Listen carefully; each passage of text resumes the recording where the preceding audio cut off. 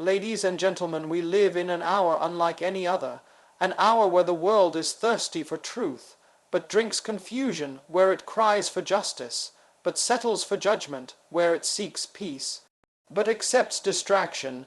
In this whirlwind of ideology, power, and politics, there has stood not perfectly, but humbly a man who dared to remind the world of something ancient and eternal, Pope Francis.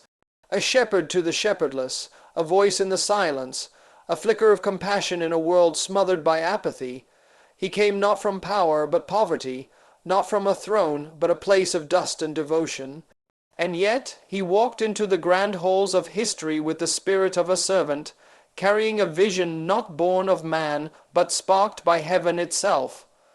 But friends, the question before us today is not what he did. It is what comes next, what happens when the man who washed the feet of prisoners, the man who kissed the heads of lepers and welcomed the cries of the poor, no longer walks the halls of the Vatican or speaks from the balcony to the world. Will the vision remain, or will the fire fade? This question, will his legacy continue, is not one for Rome alone to answer. It is a question for every heart, for yours, for mine. You see, the legacy of Pope Francis was not in a title. It was not in ceremony or tradition. It was in transformation. He reminded the powerful that true power serves. He challenged the religious that the highest theology means nothing if it does not weep with the broken. He pulled the church out of its comfort and pushed it into the streets, into the chaos, into the hunger of real people. He was not content to speak to saints in pews. He longed to reach sinners in pain. That is the gospel, and that is the vision, not a church that isolates, but a church that invades darkness, not a faith that condemns, but a faith that redeems, not a message of rules, but a movement of grace. Yet as the winds of transition approach, as new hands prepare to take the helm, we must ask ourselves, who will carry this torch? There is an era coming, and no man, no pope, no prophet can stop time from turning its page. But what will be written on that page? That is up to us. We may choose fear. Fear that the next leader will be too rigid or too loose, that the world will drift from truth or run from love, that the flame will dim. But fear has no place in the kingdom of heaven. Fear does not write history, faith does. And faith, real faith, looks not to man but to God. It sees that the mission was never meant to rest on one pair of shoulders. That the message was never about one voice, but one spirit, working through all who will yield to him. Let me tell you something, my friends, a legacy is not marble. It is not etched in stone. It is not enshrined in books or buried in archives. A legacy is alive. It breathes when a mother chooses mercy over anger.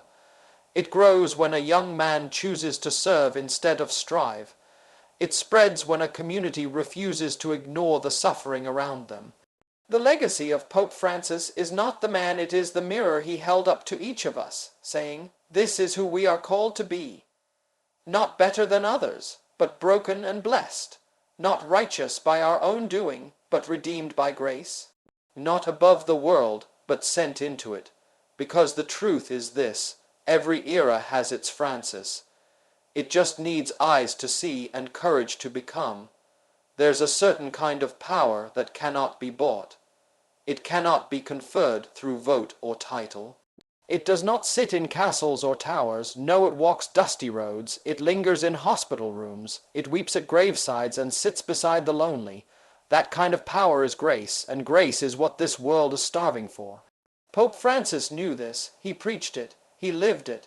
And though many were uncomfortable with the radical mercy he extended, he pressed forward, because the gospel was never about comfort.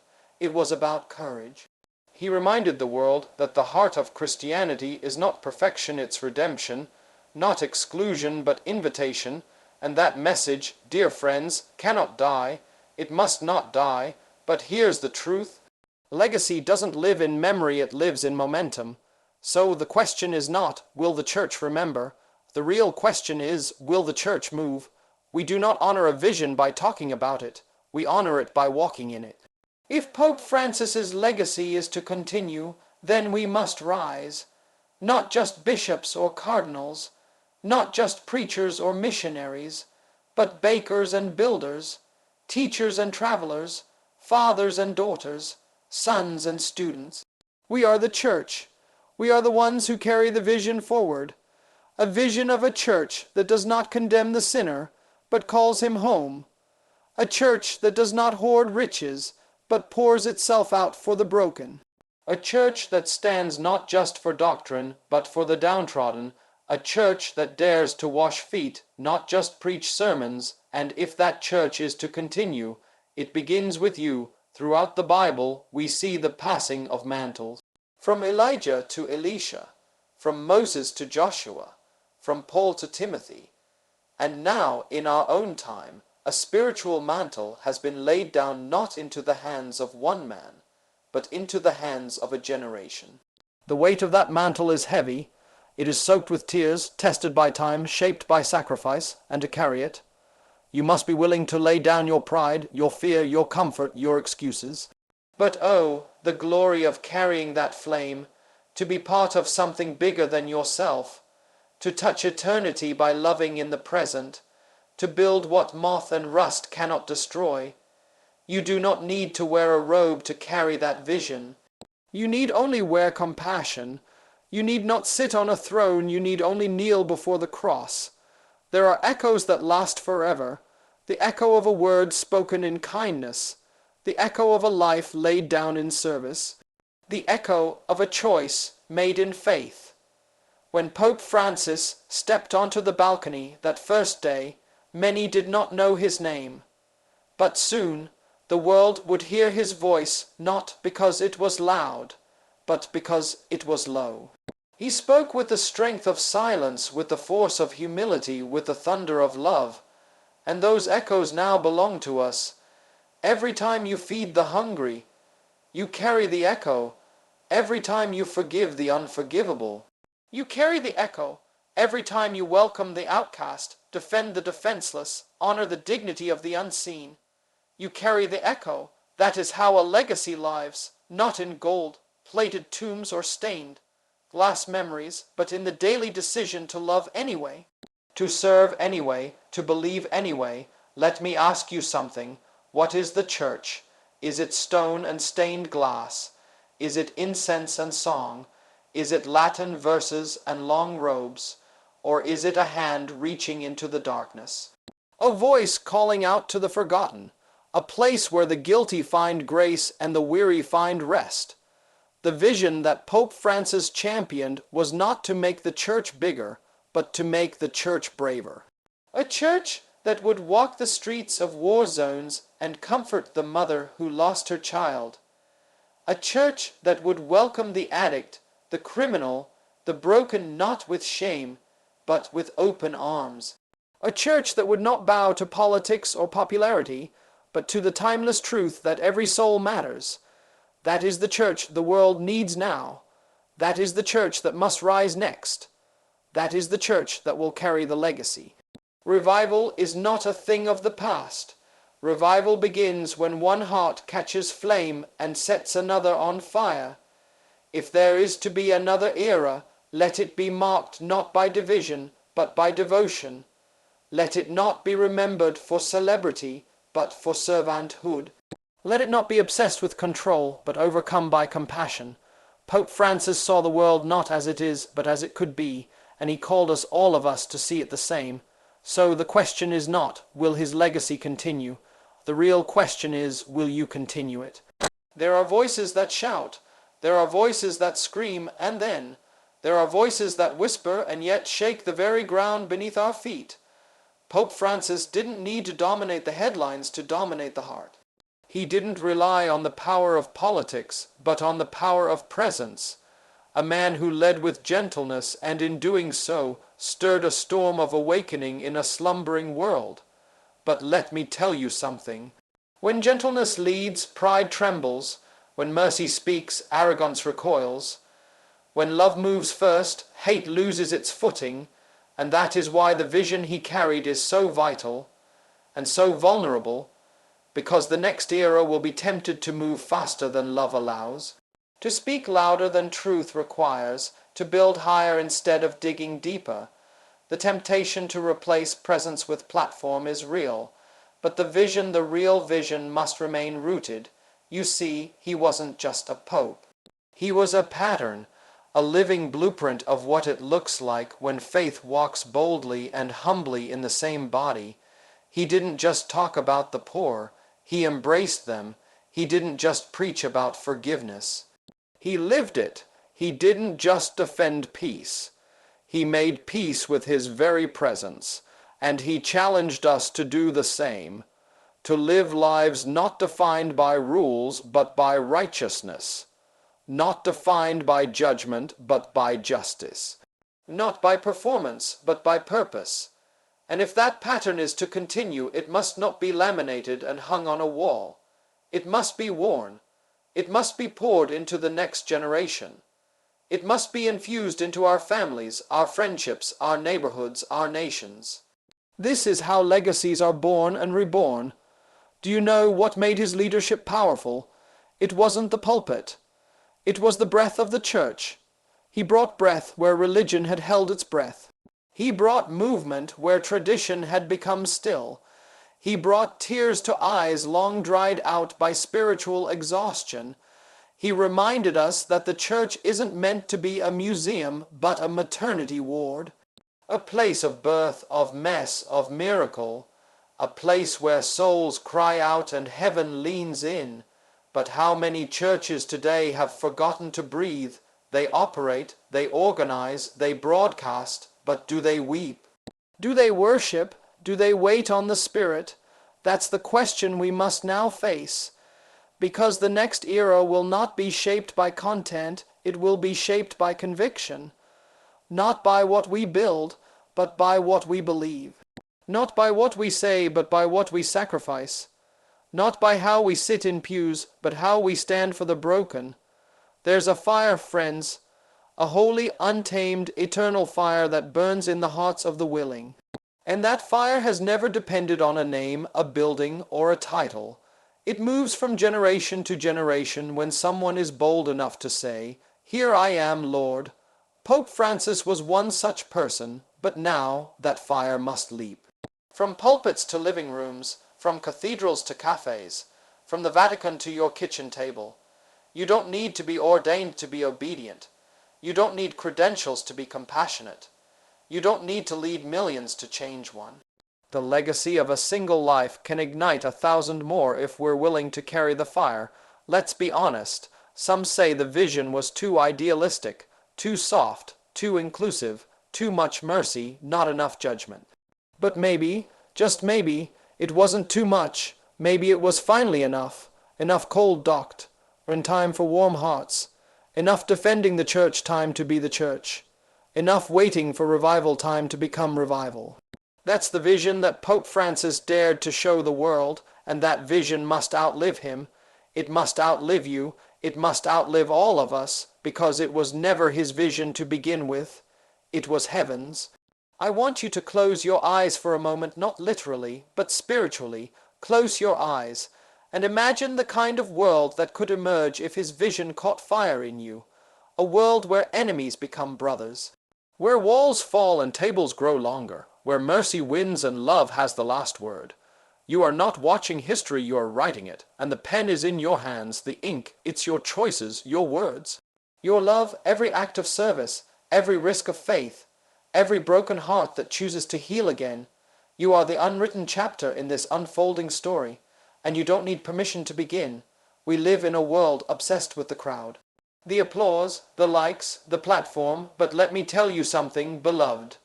The kingdom of God does not rise on stages, it rises in secret. Pope Francis's most powerful acts did not happen under spotlights. They happened in prisons, in alleys, in slums, in silence. He bent down to kiss the feet of refugees. He dined with the poor. He chose a simple car over a luxury ride, a plain room over a palace suite. Not to make headlines, but to make hearts turn. Because true leadership is not about visibility, it's about proximity. Not about being above people, but walking with them. The legacy of Pope Francis is a call to the invisible work. The kind of work only heaven records, the kind of work that doesn't trend but transforms. There are some listening today who think, but I'm not a leader, I'm not a preacher, I don't have a following. And I say to you, good. Because in the kingdom, your platform is not where you stand. It's how you kneel. The most powerful messages are not delivered behind microphones, they're delivered through meals shared, apologies given, kindness extended. Your platform is your posture, your audience, whoever stands in front of you, your message, love lived out loud.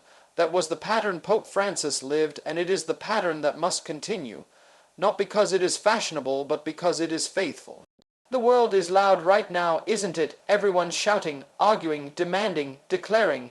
But what if, just what if, the answer to the noise isn't a louder voice, but a lower spirit? Pope Francis didn't win hearts by winning arguments. He didn't storm culture with anger. He whispered peace.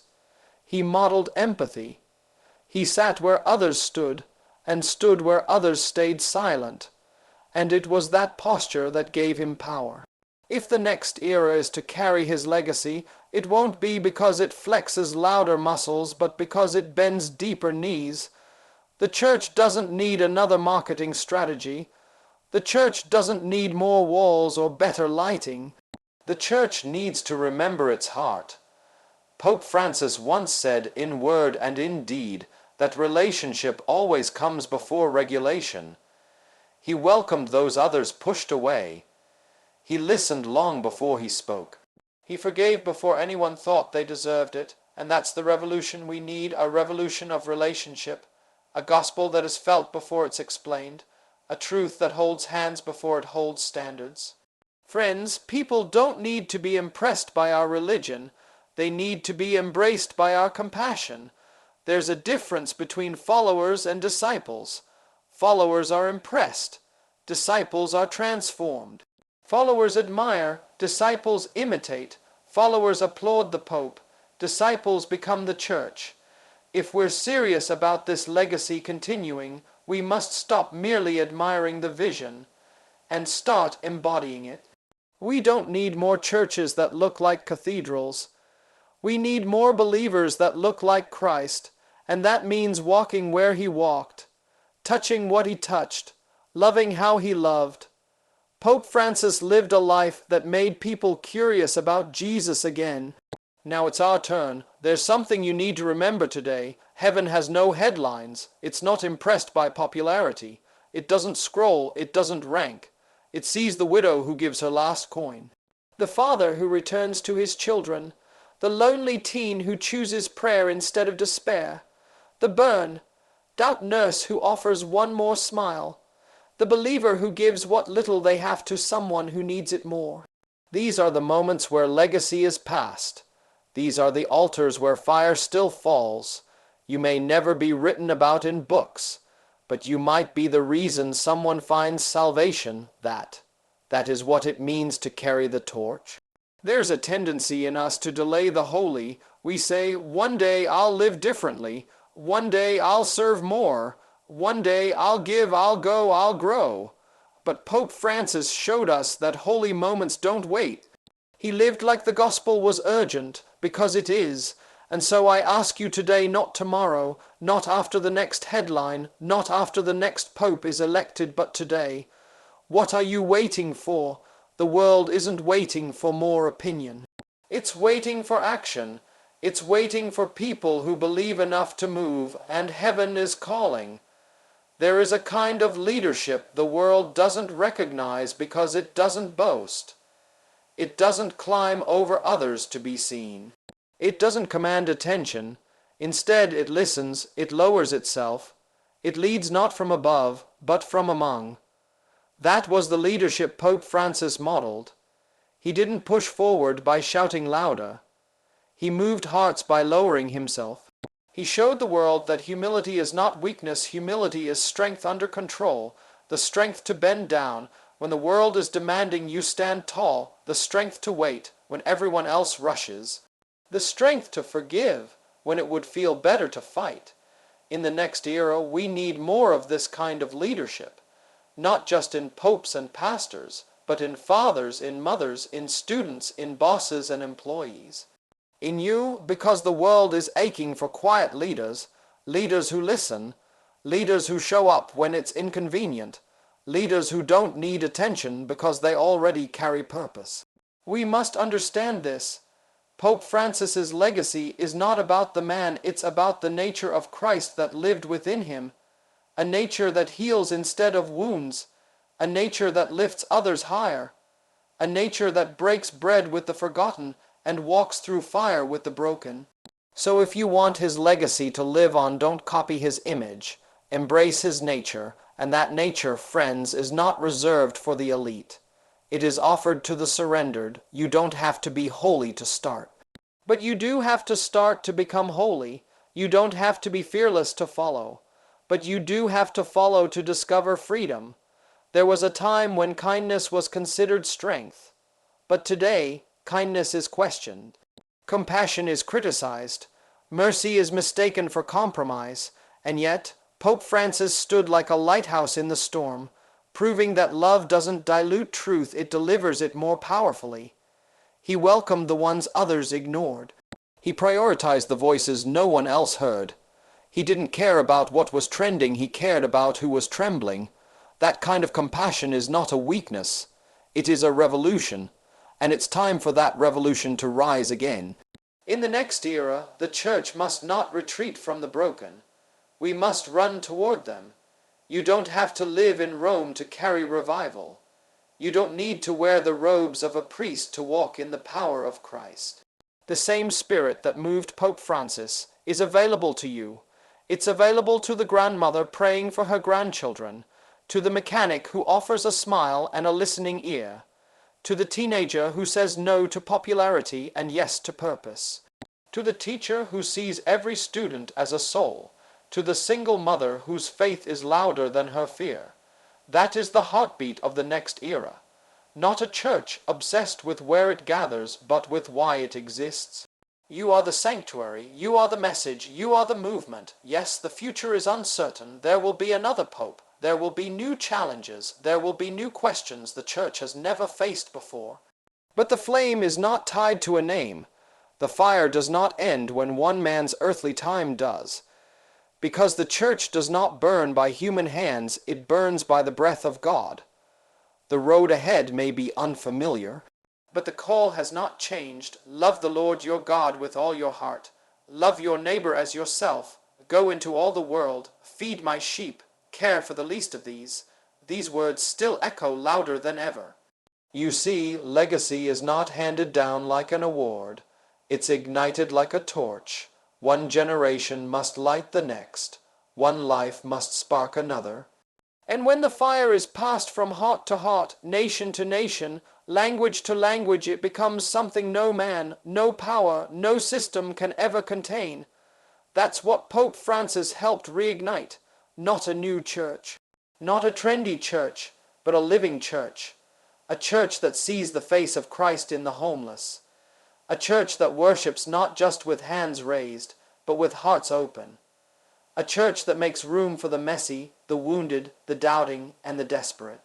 And that church is your calling. Let me ask you something. What if the next Pope Francis is a young boy in your neighborhood, watching how you live? What if the next world changer is sitting on a bench outside your church, wondering if anyone will speak to her? What if the next leader of love is hiding in the shadows of insecurity, waiting for someone new to call out the gold within? You never know who is watching. But more importantly, you never know who is waiting. Waiting for someone to show that love is still real, that kindness still costs something, that faith still matters.